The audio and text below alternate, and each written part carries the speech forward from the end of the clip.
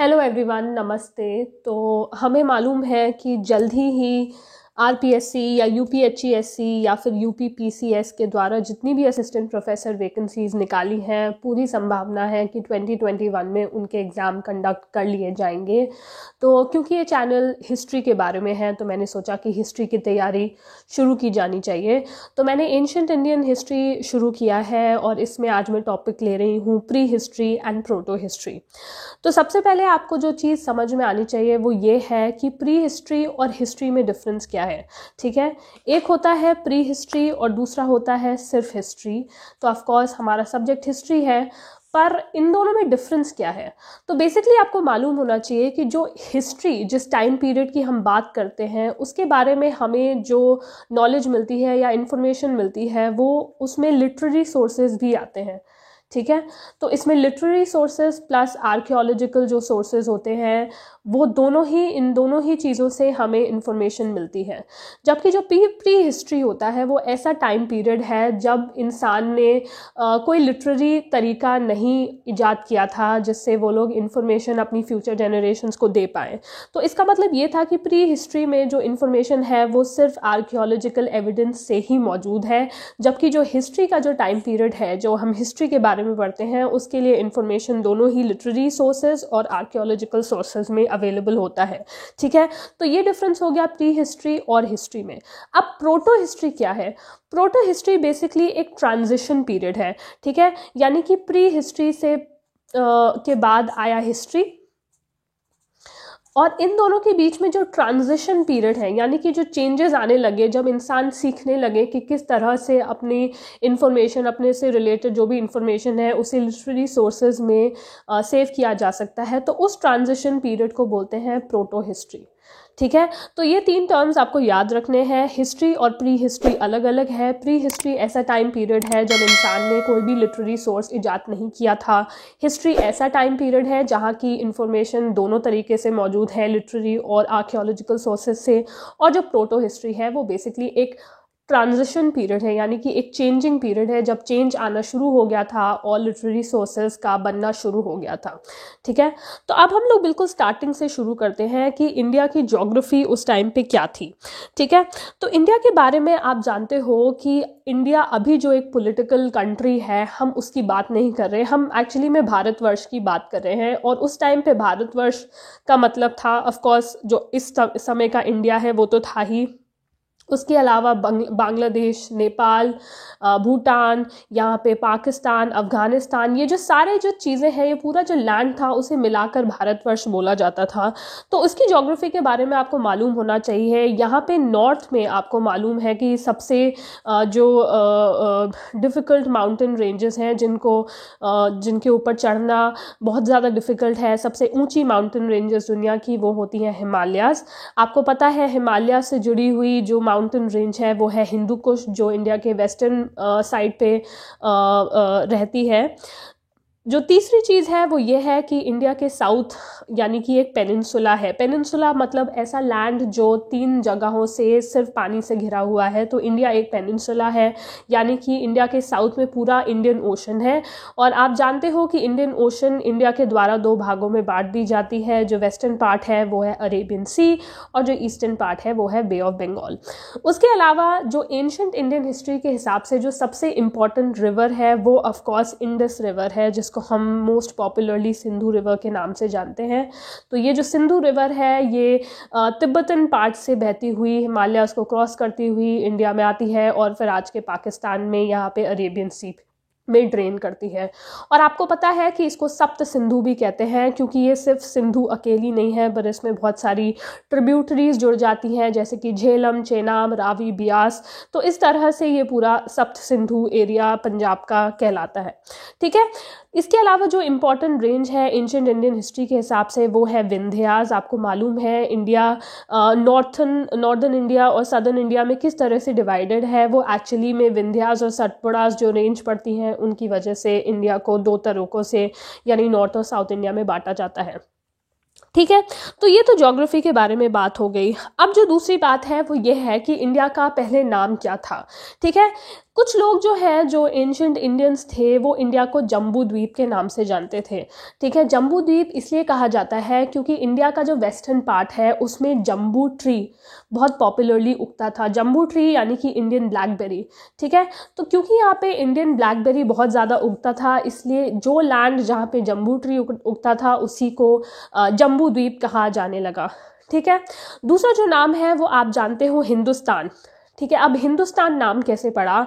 पहले के जो लोग थे, पहले के टाइम पे, यानी कि मैं एंशिएंट इंडियन हिस्ट्री की बात कर रही हूँ, यानी कि इंडस वैली सिविलाइजेशन के भी बाद जो ऋग्वेद का जो पीरियड आया उसमें उस टाइम पे जो मैं बात कर रही हूँ उसकी बात कर रही हूँ। तो बेसिकली क्या हुआ कि आपको मालूम है कि पहले की जो सभ्यता थी वो इंडस रिवर के आसपास थी, राइट। तो यहाँ पे इस रिवर को पहले सिंधु रिवर बोला जाता था। अब क्या हुआ, पर्शिया एक्चुअली आज का ईरान है, तो ये जो पर्शियंस हैं जब वो इस साइड पे आए, जब वो एंशिएंट इंडियंस के कांटेक्ट में आए, तो उनको पता चला कि ये जो मेजर रिवर है उसको सिंधु बोलते हैं, पर उनको एस वर्ड का प्रोनाउंसिएशन नहीं समझ आता था, वो लोग एस वर्ड प्रोनाउंस नहीं कर पाते थे, इसलिए उन्होंने सिंधु को हिंदू बुलाना शुरू कर दिया। ठीक है, इस तरह के पर्शियंस जो है उन्होंने सिंधु को हिंदू बुलाना शुरू कर दिया, और पर्शियंस जैसे जैसे इधर उधर लोगों से मिले दुनिया भर में, उन्होंने इंडिया को एक्चुअली हिंदुस्तान के नाम से पॉपुलर करना शुरू कर दिया, इसलिए इंडिया का नाम पहले जो माना जाता था वो हिंदुस्तान होता था। ठीक है, जो अब हमने दो नाम पढ़ लिए, ऑफकोर्स पहला था जम्बू द्वीप, दूसरा था हिंदुस्तान, और जो तीसरा है वो आपको मालूम है, वो है भारतवर्ष, है ना। हमारा जो इंडियन कॉन्स्टिट्यूशन है उसमें भी जो पहली ओपनिंग लाइन है वो बोलती है इंडिया दैट इज भारत, है ना। तो इंडिया का दोनों ही नाम है, इंडिया भी है भारत भी है इंग्लिश में, यानी कि ऑफ कोर्स जो पर्शियंस ने नाम रखा हिंदू से वो बदल के इंडिया हो गया। बाकी जो एंशिएंट इंडियंस बुलाते थे वो था भारतवर्ष, और यही नाम एंशिएंट स्क्रिप्चर्स में भी दिया हुआ है। इंडियन एंशिएंट स्क्रिप्चर्स जो है वो भारतवर्ष के नाम से इस पूरे लैंडमास को जानती है, तो इसलिए इस पूरे लैंडमास को बोलते हैं भारतवर्ष, यानी कि वो लैंड जहाँ पे भारत के जो सक्सेसर्स हैं वो रहते हैं। भरत एक बहुत ही पॉपुलर राजा थे। जब हम लोग इंडस वैली सिविलाइजेशन के बारे में पढ़ेंगे या ऋग्वेद टाइम के बारे में पढ़ेंगे तो मैं आपको राजा भरत के बारे में बताऊंगी।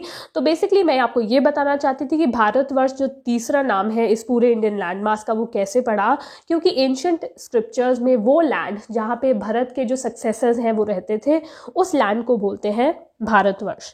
ठीक है, अब जो नेक्स्ट चीज़ है वो ये है कि इंडिया में बहुत सारे जो हिमालयाज और हमने हिंदू कुश पढ़े उसमें कुछ पासेस हैं। ठीक है, पास का मतलब आप समझते हो, जैसे कोई माउंटेन है, जैसे मान लो ये हिंदू कुश है, यहाँ से कुछ रिवर्स बह रही हैं, तो वो क्या करती हैं, वो माउंटेन्स को काट देती हैं।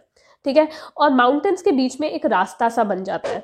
वैसे तो माउंटेन्स को क्रॉस करना ऑब्वियसली बात है, आपको चढ़ाई करनी पड़ेगी, फिर उसके बाद ढलान में उतरना पड़ेगा, तो ये बहुत डिफिकल्ट है। तो इजी मेथड क्या होता है कि जो नेचुरली कट पासेस हैं, यानी कि जो रिवर्स ने जो माउंटेन्स काटे हुए हैं, उस रास्ते को यूज़ करके जो इन्वेडर्स होते थे वो इंडिया में घुस आते थे। ठीक है, तो अब हम पढ़ेंगे कि कुछ इंपॉर्टेंट पासेस जो बहुत ही ज़्यादा फेमस हैं इंडियन हिस्ट्री में, जहाँ से लोग आए और उन्होंने इंडिया के ऊपर राज करना शुरू किया, इंडिया के ऊपर वॉर किया। तो इन पासेस के बारे में जानते हैं। जो फर्स्ट इंपॉर्टेंट चीज़ है वो है हिमालयाज के पास। ठीक है, यहाँ पे मैंने 5 पासेस मेंशन कर रखे हैं, ये बहुत ही ज़्यादा इंपॉर्टेंट है, और इन पांचों पासेस को, यानी कि खैबर पास, बोलन पास, तोची, गोमल, खुर्रम, इन सभी पासेस को मिला के 5 फिंगर्स कहते हैं। ठीक है, फिंगर्स मतलब जो पासेस हैं, जो ये सबसे इंपॉर्टेंट पास है, ये माउंटेन्स में रास्ते बने हुए हैं नेचुरली ही, जहाँ से इन्वेडर्स इंडिया में घुस जाते थे। ठीक है, अब ये जो खैबर पास है और ये जो तोची खुर्रम पास है, ये तीनों पासेस एक्चुअली ऋग्वेद में भी मेंशन है, तो आपको मालूम होना चाहिए कि ये तीनों पासेस ऋग्वेद में मेंशन है। ठीक है, तो ये ज़्यादा इंपॉर्टेंट पासेस है, स्पेशली खैबर पास और बोलन पास, ये बहुत इंपॉर्टेंट है क्योंकि बहुत सारे इन्वेडर्स ने इन्हीं पासेस को इस्तेमाल किया ताकि वो इंडिया के अंदर घुस सकें। ठीक है, ये तो हिमालयन पासेस हो गए, ये 5 फिंगर्स हो गए, खैबर, बोलन, तोची, गोमल, खुर्रम। ठीक है, बाकी जो हिंदू कुश, जो वेस्टर्न रेंज है, उसमें भी 2 इंपॉर्टेंट पास है, उन्हें कहते हैं कोरा कोतल एंड दादन शिकन। ठीक है, ये दोनों पासेस भी बहुत बार इन्वेडर्स ने यूज़ किए ताकि वो इंडिया में घुस सकें। राइट, अब हम आ जाते हैं पंजाब के ऊपर। तो आपको मालूम है कि जो भी इन्वेडर्स थे इंडिया में, वो इंडिया के वेस्टर्न पार्ट से ही अंदर घुसे हैं, यानी पंजाब साइड से ही घुसे हैं, क्योंकि यहाँ पे बहुत सारे पासेस थे माउंटेन्स में जहाँ से वो लोग अंदर घुस सकते थे। तो इसी वजह से जो पंजाब है, जिसे सप्त सिंधु एरिया बोला जाता है, सप्त सिंधु इसलिए क्योंकि ये 7 रिवर्स का सिस्टम यहाँ पे है।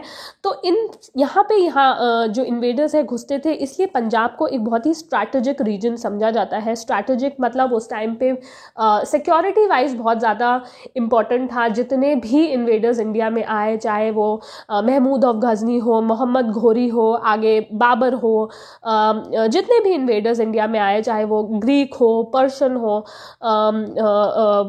वो हो, शाकाज हो, कुशानाज हो, जितने भी हो, वो सब लोग वेस्टर्न इंडिया से आए हैं। इस वजह से पंजाब को बहुत ही ज़्यादा स्ट्रैटेजिक रीजन बोला जाता है। ठीक है, उसके अलावा आप जानते हो, एक तो ये लैंड से तरीका हो गया कि लोग इंडिया पे किस तरीके से आते थे, लैंड एरिया से आते थे। दूसरा तरीका था ऑफ कोर्स ओशन एरिया से आना। तो आप पूरा जानते हो कि पूरे भारतवर्ष का जो सदर्न पार्ट है वो एक पेनिनसुलर रीजन है, यानी कि वो पूरा ओशन से घिरा हुआ है, और यहाँ पे लोग आते थे। हमारे एंशंट इंडियन हिस्ट्री में हमने देखा है कि इंडिया का जो कनेक्शन था स्पेशली ट्रेड और कॉमर्स को लेके, वो ऐसी कंट्रीज़ के साथ था जैसे कि रोम है ना, चाइना, जैसे कि हम जानते हैं कि मलेशिया, ये सारी जो कंट्रीज़ हैं इनके साथ हमारे ट्रेड रिलेशंस हमेशा से ही रहे थे, और ये पूरे ओशन एरिया से ही ट्रेड रिलेशंस रहते थे। ठीक है, अब नेक्स्ट चीज़ है इंडिया का नॉर्दर्न प्लेन एरिया। आप जानते हो कि इंडिया का नॉर्दर्न प्लेन एरिया है वो 3 रिवर्स से बेसिकली ड्रेन्ड है। पहली रिवर तो हो गई सिंधु, जिसे हम इंडस बोलते हैं। दूसरी रिवर ऑफ कोर्स आप जानते हो गंगा जो पूरे उत्तराखंड से होते हुए, उत्तर प्रदेश से होते हुए, बिहार, झारखंड, छत्तीसगढ़ से होते हुए वेस्ट बंगाल में ड्रेन करती है। वो पूरा रीजन इसने ड्रेन कर रखा है इस रिवर ने।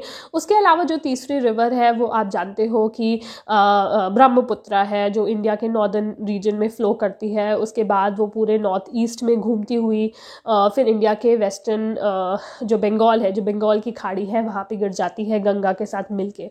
तो ये जो 3 रिवर्स हैं उन्होंने बहुत अच्छे से इंडिया का जो नॉर्दर्न प्लेन है उसको ड्रेन कर रखा है। पानी की यहाँ पे बहुत ज़्यादा अवेलेबिलिटी है, इसलिए पूरा जो नॉर्दर्न इंडिया है वहाँ पे बहुत ज़्यादा एग्रीकल्चर होता है। और इंडिया क्योंकि एक बहुत ही ज़्यादा क्लाइमेट फेवरेबल कंट्री है, क्लाइमेट फेवरेबल कंट्री मतलब यहाँ पे टेम्परेचर अच्छा खासा रहता है। दूसरा, बारिश यानी मानसून यहाँ पे बहुत होते हैं, और ऑफकोर्स यहाँ पे रिवर बहुत ज़्यादा अच्छी है, ट्रिब्यूटरीज में बहुत ज़्यादा पानी है। इस वजह से ये पूरा रीजन दुनिया भर में फेमस था कि यहाँ पे बहुत ही अच्छी क्रॉप्स की पैदावार होती है। इसी वजह से जो नॉर्दर्न इंडियन रीजन है, जो प्लेन एरिया है, वो दुनिया भर में बहुत ज़्यादा फेमस था। ठीक है, ऑफ कोर्स टाइम के चलते चलते जो इंडिया का वेस्टर्न पार्ट है वो धीरे धीरे डेजर्ट में कन्वर्ट होने लगा। आप राजस्थान का थार डेजर्ट जानते हो, जो पूरा आज के पाकिस्तान में भी एक्सटेंडेड है। तो यहाँ पे ये चेंजेस टेम्परेचर की वजह से होने लगे, टेम्परेचर बहुत ज़्यादा बढ़ गया, और दूसरा, बारिश इस रीजन में बहुत ज़्यादा कम होने लगी, इसलिए यहाँ पे डेजर्ट कन्वर्ट हो गया, जिसकी वजह से यहाँ की प्रोडक्टिविटी थोड़ी सी गिर गई थी। बट वो बात की बातें हैं। तो आपको बेसिकली ये मालूम होना चाहिए कि किस तरीके से क्लाइमेट चेंजेस इंडिया में होते रहे, और इसका जो प्रभाव है वो आगे आने वाली हिस्ट्री पर पड़ेगा। तो ये जो पूरी चीज़ें मैंने आपको बताई, अब उसका समरी ये है। मैं एक्चुअली आपको इंडिया की ज्योग्राफी समझा रही थी, अब उसका जो समरी है वो ये है कि इंडिया को 6 ज्योग्राफिकल डिविजन्स में बांटा जाता है हिस्ट्री में।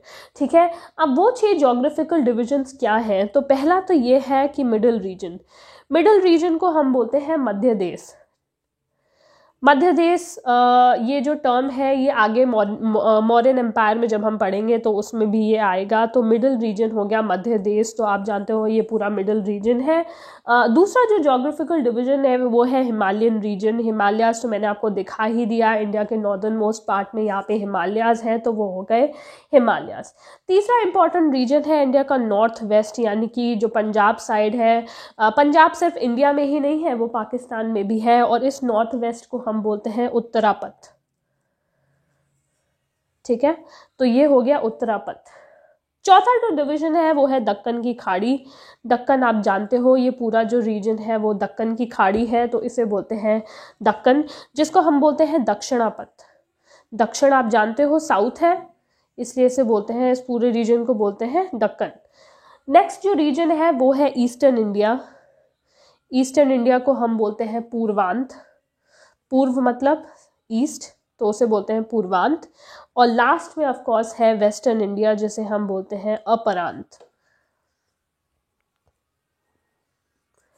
तो ये आपको मालूम होना चाहिए ये 6 रीजन्स क्या क्या है। ऑफ कोर्स मध्य देश है, हिमालयाज है, फिर उत्तरापथ है, दक्षिण पथ है, पूर्वांत है और अपरांत है। तो ये बेसिकली मैंने आपको पूरी जोग्राफिकल जो इंडिया की डिविजन्स हैं वो समझा दी। इंडिया की जोग्राफी कैसे इंपॉर्टेंट है हिस्ट्री के लिए वो मैंने आपको पूरा समझा दिया। इंडिया के 3 जो नाम हैं जो एंशिएंट हिस्ट्री में पॉपुलर है वो है जम्बूद्वीप, हिंदुस्तान, भारतवर्ष। वो किस वजह से पढ़े वो मैंने आपको समझा दिया। तो ये पूरा था इंडिया की ज्योग्राफिकल हिस्ट्री के बारे में।